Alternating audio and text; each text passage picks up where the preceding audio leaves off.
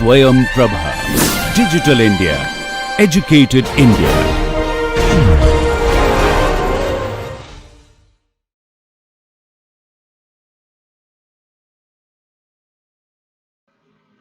So very good afternoon and welcome to our class C 401 Water Resource Engineering. We are looking some of the abstracts.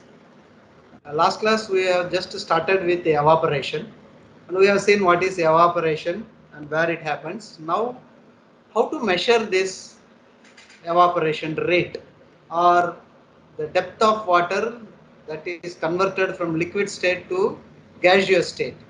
The first type of instrument used is called as evaporimeters. It's a pan containing water and it is exposed to atmosphere. And this is part and participle of our meteorological station. There are different types of evaporimeters, out of which Class A evaporation pan is famous worldwide and ISI standard pan is what we used in our Indian condition. So you can see that a Class A pan is a circular drum with a diameter of 120.7 centimeter with a height of 25 centimeter. And this drum is like in the second picture, this drum is placed at an height of 10 to 15 centimeter from the ground level. And water will be filled up to 20 centimeter in this drum. And if the wind is very large, there will be a waves. So to avoid that, there will be a stilling basin, stilling well. Stilling well means a small diameter pipe inserted at one's corner. So the water level inside the stilling basin and outside is same. So then what happens? You put the water up to this 20 centimeter mark by morning 8:30 a.m. So you allow the water to get evaporated because of exchange of heat energy from the sun. Next day morning 8:30 you go there and you bring back the water level to the original condition because of evaporation there is a reduction in height of water. So you go on adding the volume of water after measuring. Now you know what is the volume of water you have added divided by this area will give you directly the depth of evaporation in one day. That's why the evaporation rate is normally given as mm per day. Right? So this is how people used to measure. And later on people realized that evaporation takes place at water surface, but we are measuring it at a ground surface that to about 20 centimeter. So then people have developed another instrument, another evaporation pan called as Colorado sunken pan. So it is a square pan inserted or digged and buried in the ground up to the ground level, just leaving 5 centimeter above the ground level. The water level inside the pan is same as the water level outside, or sorry, ground level at the outside. So this is very useful to measure the evaporation rate at ground level. But one of the disadvantages, if there is any leakage, it is not detectable. So we cannot found, we can, normally we will measure that also as the evaporation rate. So here also it says that still we are measuring it at a land level. We need the water at evaporation at water surface level. So the famous is US Geological Survey floating pan. It's a floating pan in the water body where the water level inside the pan and outside the pan is same, right? So this is how they measure. But these pans have fairly gives a good knowledge about the evaporation rate, but it has some of the disadvantages like what we told. It is measured at an height of 20 centimeter plus 20 40 centimeter almost, right? 10 centimeter is the blanket level and then 20 centimeter is water depth, so it is evaporation rate at approximately 30 centimeter. Secondly, if the wind speed is very large, then some of the water may spill out. Second one, if there is some other agencies takes away the water, we count that also as the evaporation loss. But in nature also there are two problems when we are using this weapon. One is when there is a heavy rain, right? When there is a heavy rain, the water level will not go down, it may come up to the rim level. That is first problem we encounter. Second problem is when there is an exchange of heat, not only this water gets heated up, this tin also gets heated up. Because of this heated up tin, there is an induced evaporation. That means what we have measured is evaporation more than what it is supposed to be. Worldwide, everybody researched it, and then depending upon the type of the pan, right, the measured pan evaporation rate is multiplied with a coefficient called as pan coefficient. This pan coefficient varies from evaporimeter to evaporimeter. So I am just giving you a typical example, right? Average pan coefficient of a class A pan is 0.7. But depending upon the altitude, latitude, and location, it may vary from zero point 0.6 to 0.8. And ISI class pan, it is 0.8. It may vary like this, right? But you can, I don't want you to mug up this, but please make sure that the average values are less than 1.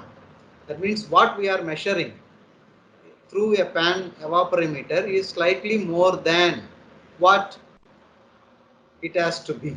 So the measured evaporation values are multiplied with these coefficients called as pan coefficients. Okay.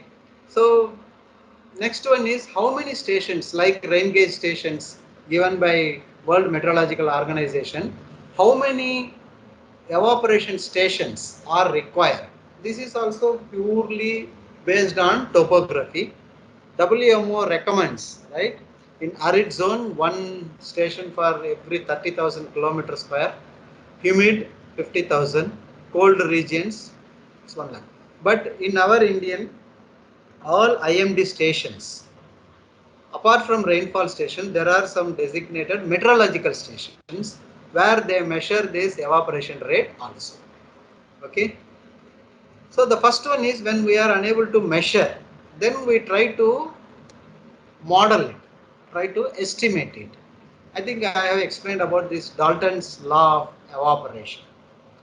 Later on, people after measuring this actual vapor pressure, then they estimated evaporation loss, and some other researcher, when they have measured wind speed also, they included wind speed also as a parameter in estimating the evaporation loss, where K is a constant, Fu is a wind speed correction, EW minus EA is the vapor pressure deficit.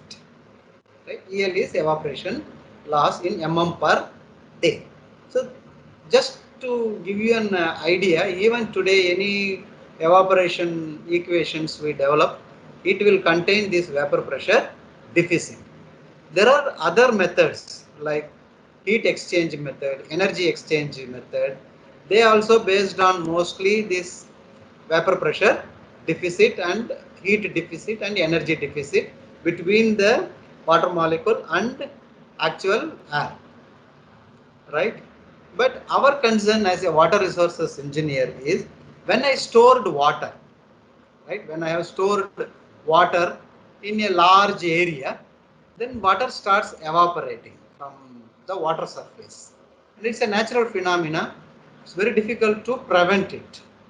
But we can estimate and account it in our water budget. How to estimate that? Because this is in mm per day. But when I estimate the demand, it will be in meter cube per day. Then it's very simple. The volume of evaporation loss in a day is equal to the water spread area. Actually, water spread area also varies from morning to evening.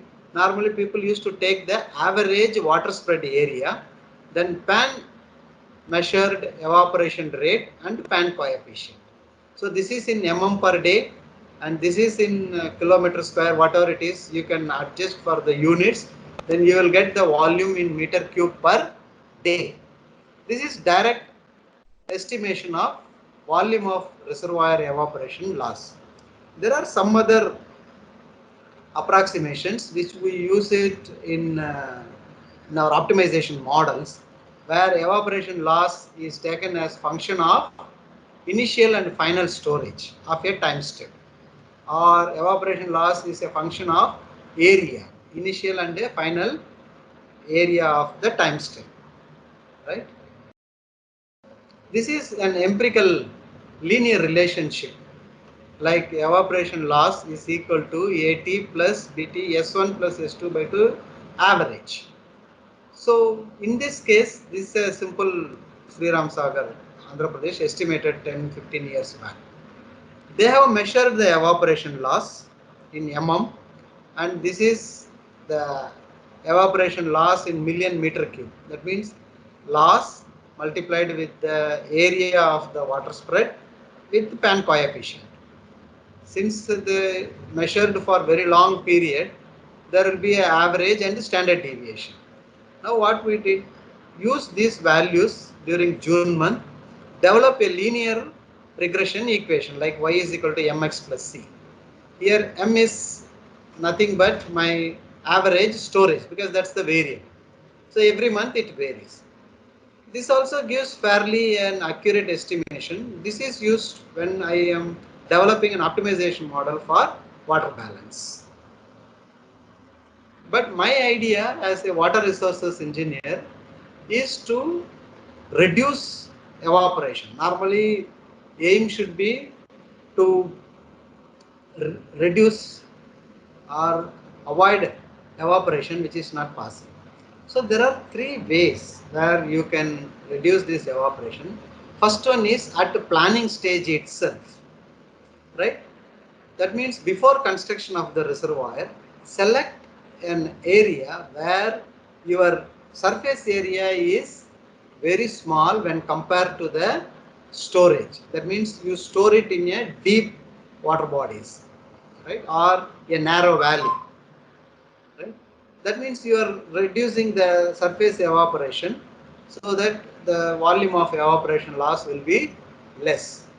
But such a site may not be available. After construction, how to reduce?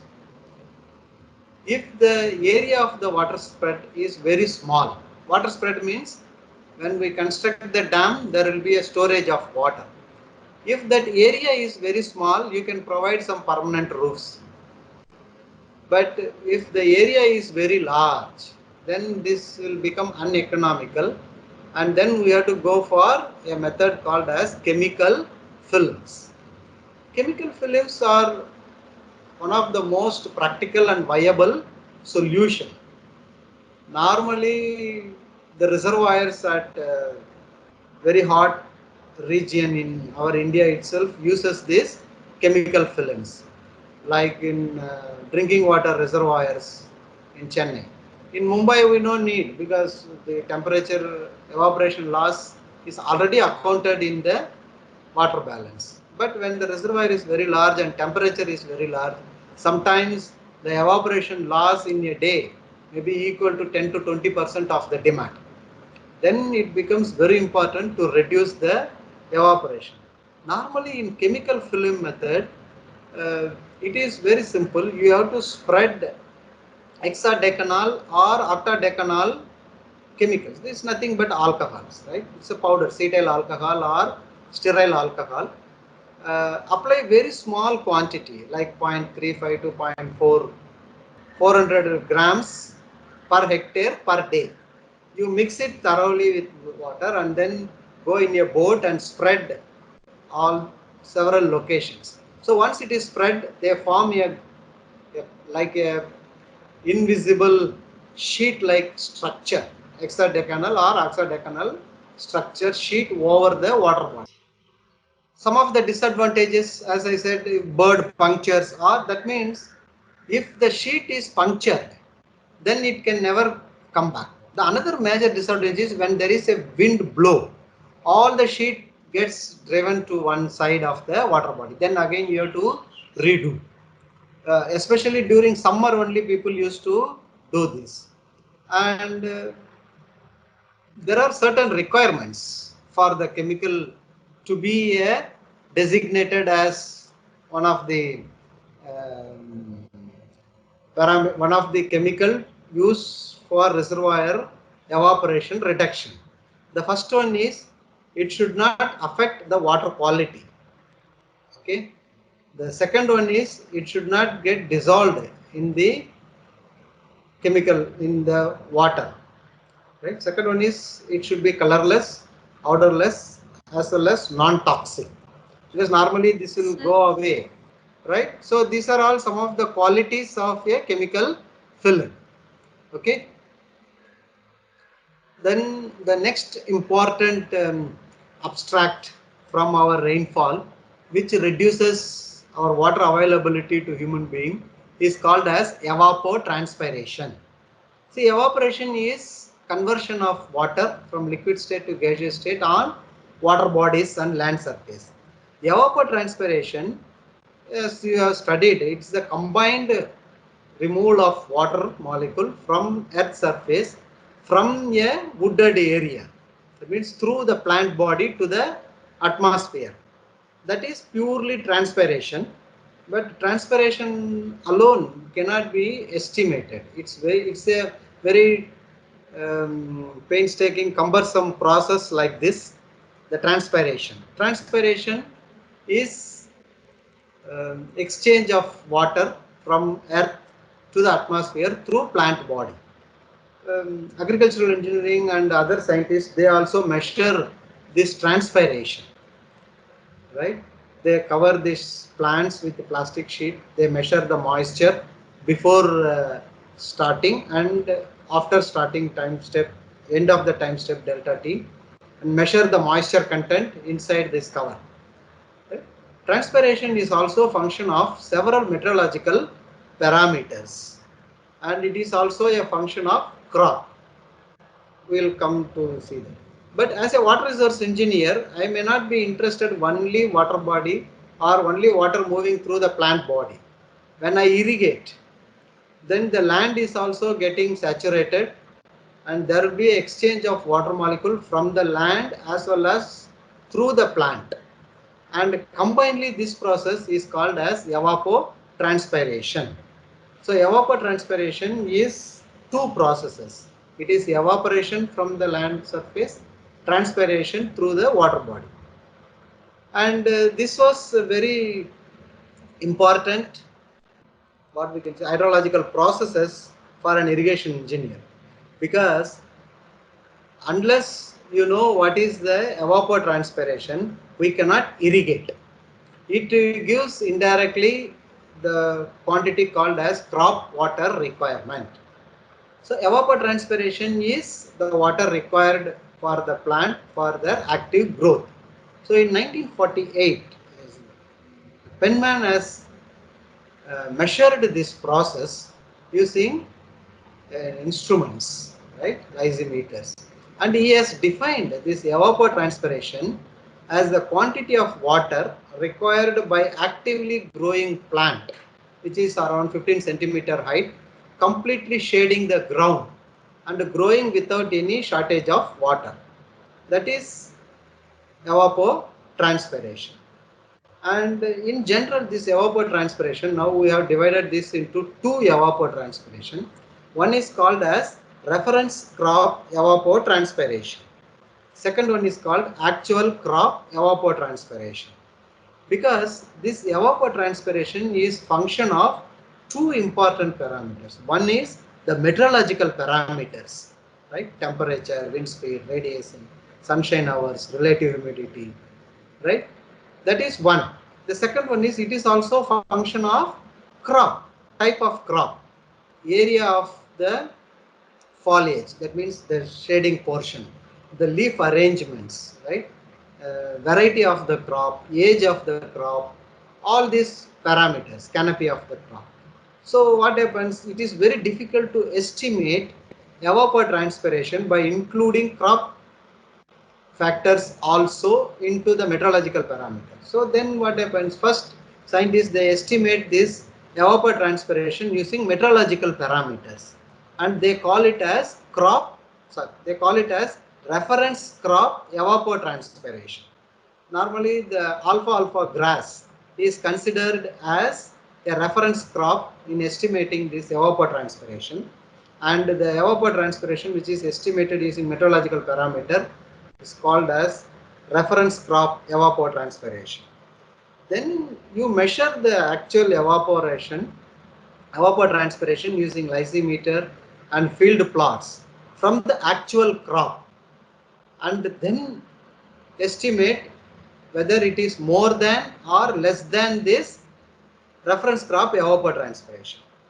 Then you can estimate the difference, the ratio between actual and reference crop, and that ratio is called as crop coefficient.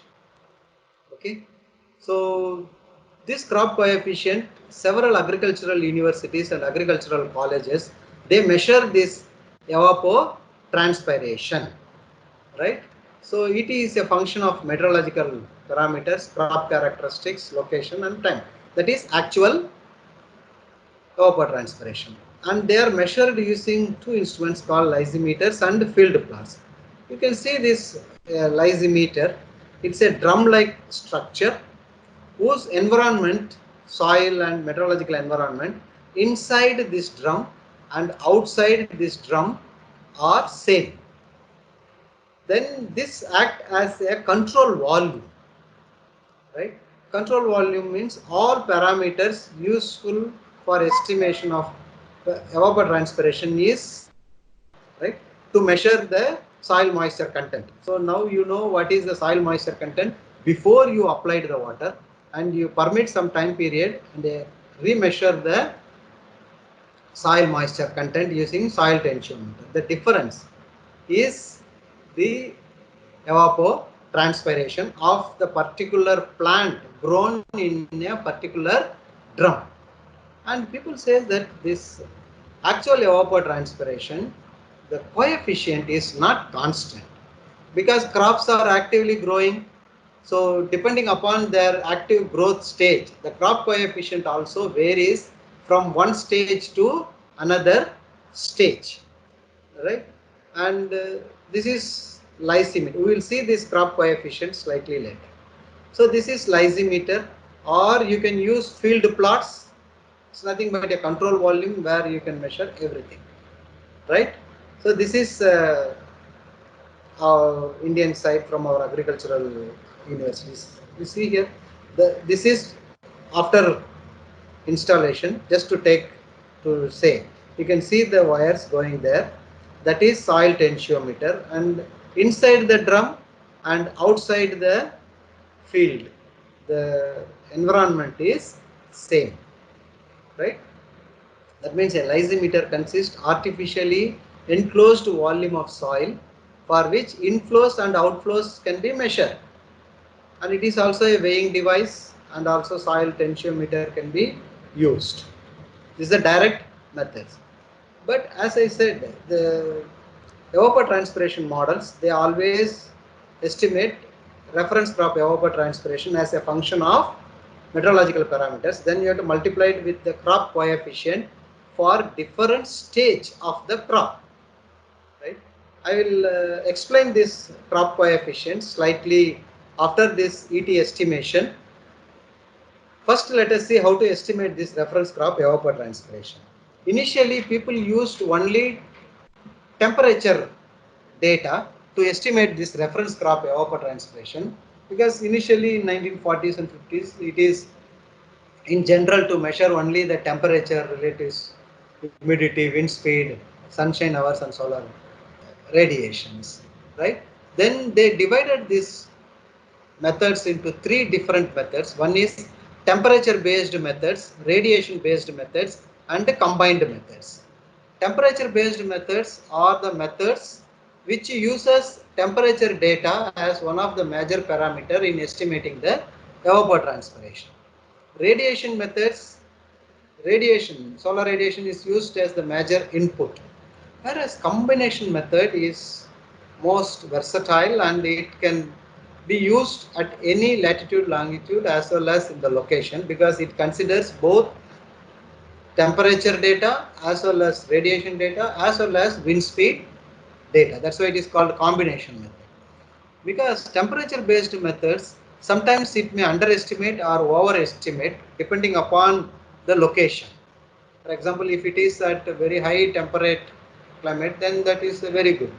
If it is a less temperate climate, then still there will be some amount of evapotranspiration due to radiation, but still when you use this temperature it will underestimate. So in such places we have to select different methods, right? Just I will give you some examples of these methods just for your knowledge, right? So these are all the general meteorological data required for evapotranspiration estimation. Temperature based methods, there are several methods like Thornthwaite, Linear-K, Blanik-Riddle, Caruso-Hammond. It depends upon the researcher. But out of all these things, the Blanik-Riddle method seems to be a universally accepted formula. So which is just a simple function of average temperature. Then what happened? FAO modified this Blanik-Riddle method so that you can adopt this Blanik-Riddle method worldwide depending upon your latitude and longitude. And also different research.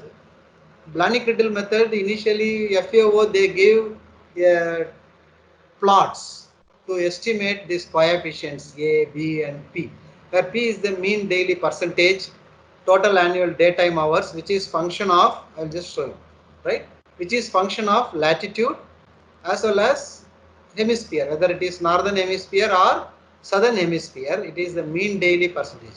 This table is published by FAO. In our book you can see FAO 24 book number or FAO 52. So once you know this P for a particular month and you know the average temperature, substitute and find out these values. Initially FAO has published it in a graph to estimate the values of A and B.